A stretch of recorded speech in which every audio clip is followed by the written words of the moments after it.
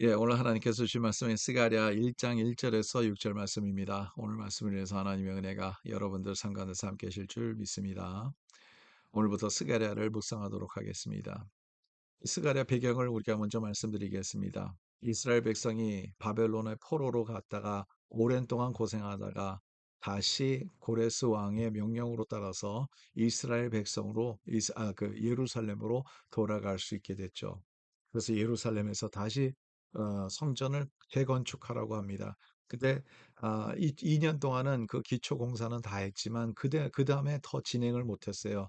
내부 갈등이나 또 정치적인 그런 어려움들이 있어서 계속 진행 못 하는데 한 몇년 전이 지나서 이제 다리오 왕이 2년째였다는 것이 오늘 1절에 나오는 내용이죠. 그래서 다리오 왕이 2년째 하나님의 말씀이 스가랴라는 선지자에게 와서 오늘 말씀을 선포하는 겁니다. 오늘 말씀은 이스라엘 백성이 다시 한번 일어나라는 거죠.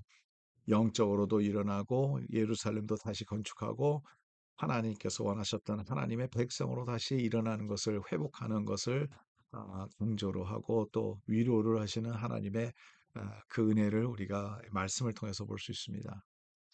오늘 말씀 가운데서 또 우리가 주목해서 봐야 될 것이 이제 3절과 4절에 나오는 내용인데요. 먼저 3절을 보겠습니다. 그러므로 너는 그들에게 말하기를 만군의 여호와께서 이처럼 이르시되 너희는 내게로 돌아오라. 만군의 여호와의 말이니라. 그리하면 내가 너에게 돌아가리라. 하나님께서 말씀합니다. 너희들은 내게로 다시 돌아오라. 너무 좋은 말씀이죠. 하나님 앞에 다시 돌아오라는 거죠. 근데 여기서 이 하나님께서 또 내게 돌아오면 어떻게 하나님께서 하시겠다는 그 약속이 또 있어요. 그리하면 아, 내가 너에게로 돌아가리라. 내가 너에게 다시 가겠다는 거죠. 여러분, 우리가 이런 것을 우리가 생각할 수 있어요. 왜 하나님께서 우리에게 은혜를 주시지 않고 하나님께서 우리와 함께하는 것을 이렇게 못 느끼고 그럴까 하는 이런 생각을 가질 수 있죠. 그러면 먼저 오늘 말씀을 생각해서 내가 하나님 앞에 돌아오는데 실패하지 않았을까 하는 질문을 한번 해봐야 되겠지 않겠습니까? 하나님 앞에 먼저 돌아가야 된다는 거죠. 근데 하나님 앞에 돌아가는 게 도대체 뭘 거예요? 뭘까요? 여러분, 하나님 앞에 무엇을 돌아가냐? 물론 우리가 대충 이 내용은 하나님 앞에 돌아가는 것은 회개하라는 것이라고 생각을 하겠지만 이게 내 마음에 와닿지 않을 수도가 있어요. 특별히 현대 크리스천들은 그렇게 특별히 죄에 대해서 그렇게 크게 고민을 많이 안 하는 것 같아요. 더 나아가서 회개라는 말이 없어졌어요. 어떻게 보면 참 슬픈 일이지만 설교마다도 설교 가운데서도 회개하라는 설교는 많이들 안 하죠. 그리고 회개라는 메시지가 많이 없어졌습니다. 제가 어렸을 때마다 공회 때마다 회개하라는 그러한 메시지가 있었어요. 근데 지금은 또 그렇게 하면 또 성도들이 싫다 그래서 그런지 그렇게 회개라는 말이 많이 안 들립니다. 근데 회개하라 천국이 가까웠으나 예수님의 첫 번째 메시지요. 한국 복음을 전하셨을 때 회개하라 천국이 가까웠습니다. 세례 요한도 회개하라 천국에 가까웠습니다. 그러니까 복음의 시작은 언제나 회개라는 거죠. 하나님 앞에 돌아오는 것이 회개로 시작하는 거예요. 회개가 우리의 삶의 모든 것의 첫 단추라는 거죠. 회개를 해야지만 우리가 하나님의 은혜를 체험할 수 있어요.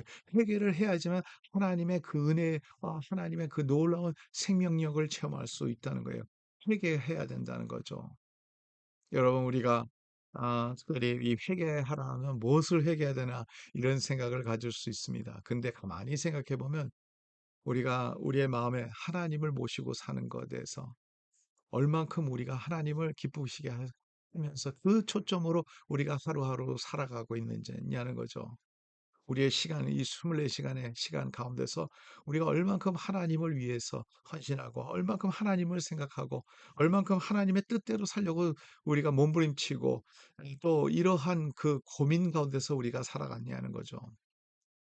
사실 하나님은 언제나 우리가 필요할 때 꺼내서 우리한테 우리의 기도를 들어달라는 그러한 존재가 아니었습니까? 우리가 힘들 때만 그때 찾아갔던 기도로 하나님 앞에 나왔던 그러한 존재가 아니었습니까? 우리가 하나님 앞에 돌아야 된다는 것은 하나님의 중심으로 우리가 살아야 되는 우리의 삶이 그러지 못했다는 것을 우리는 먼저 인정해야 됩니다. 그리고 하나님 앞에 돌아가야 됩니다. 하나님의 집으로 다시 돌아가야 됩니다. 하나님의 은혜로 다시 돌아가야 됩니다. 그리고 하나님의 말씀으로 다시 돌아가야 됩니다. 그러면 하나님께서 우리에게 돌아오신다는 거죠. 두 번째는 4절입니다. 너의 조상들을 본받지 말라. 옛적 선지자들이 그들에게 외쳐 이르되 만군의 여호와께서 이같이 말씀하시기를 너희가 악한 길 악한 행위를 떠나서 돌아오라 하셨다 하나 그들이 듣지 아니하고 내게 귀를 기울이지 아니하였느니라. 참 이 말씀 너무나도 무섭습니다. 조상들을 본받지 말라는 거죠. 우리에게 영향을 줄 수 있는 그런 영향권이 있는 사람들이 우리의 조상들 아니겠습니까?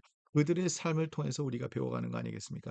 그들을 본받지 말라는 거예요. 그들이 하나님을 멀리 떠났다는 거죠. 더 나아가서 하나님의 말씀을 주의 종들을 통해서 들었는데 그들이 그 말씀을 무시했다는 거죠. 6절도 그 내용과 같은 내용이요. 내가 내 종 선지자들에게 명령한 내 말과 내 법도를 어찌 그의 조상들에게 임하지 아니하였느냐. 하나님께서는 우리에게 말씀을 주셨다는 거예요. 제 종들을 통해서 말씀을 주셨습니다. 근데 그 말씀을 듣지 아니하고 말씀을 무시했을 때 그들은 하나님을 멀리 떠날 수밖에 없다는 거죠. 여러분, 하나님의 말씀이 우리 안에 역사에 있어서 우리가 하나님에서 벗어나지 않도록 우리를 보호하는 거예요. 하나님의 말씀을 붙잡고 살아갈 때, 말씀을 행하려고 노력할 때 하나님의 은혜가 있다는 거죠. 우리 다시 한번 하나님 앞에 돌아가기를 간절히 바랍니다. 말씀의 삶을 살아가는, 말씀을 실천하는 삶, 또 말씀을 듣는 삶, 또 하나님의 마음과 함께하는 삶을, 그러한 삶으로 다시 주님 앞에 돌아가는 저와 여러분들 되시기 간절히 바랍니다. 하나님 감사합니다. 오늘도 이 말씀이 우리의 귀에 울립니다. 여호와께 돌아오라. 우리 하나님 앞에 돌아가기를 원합니다. 메말랐던 우리의 삶 속에서 다시 한번 주님의 은혜의 강에 우리가 다시 하나님을 만나게 해주시고 하나님으로 다시 우리가 채워주는 그러한 삶이 될 수 있도록 도와주시옵소서. 하나님 앞에 돌아갈 수 있도록 도와주시옵소서.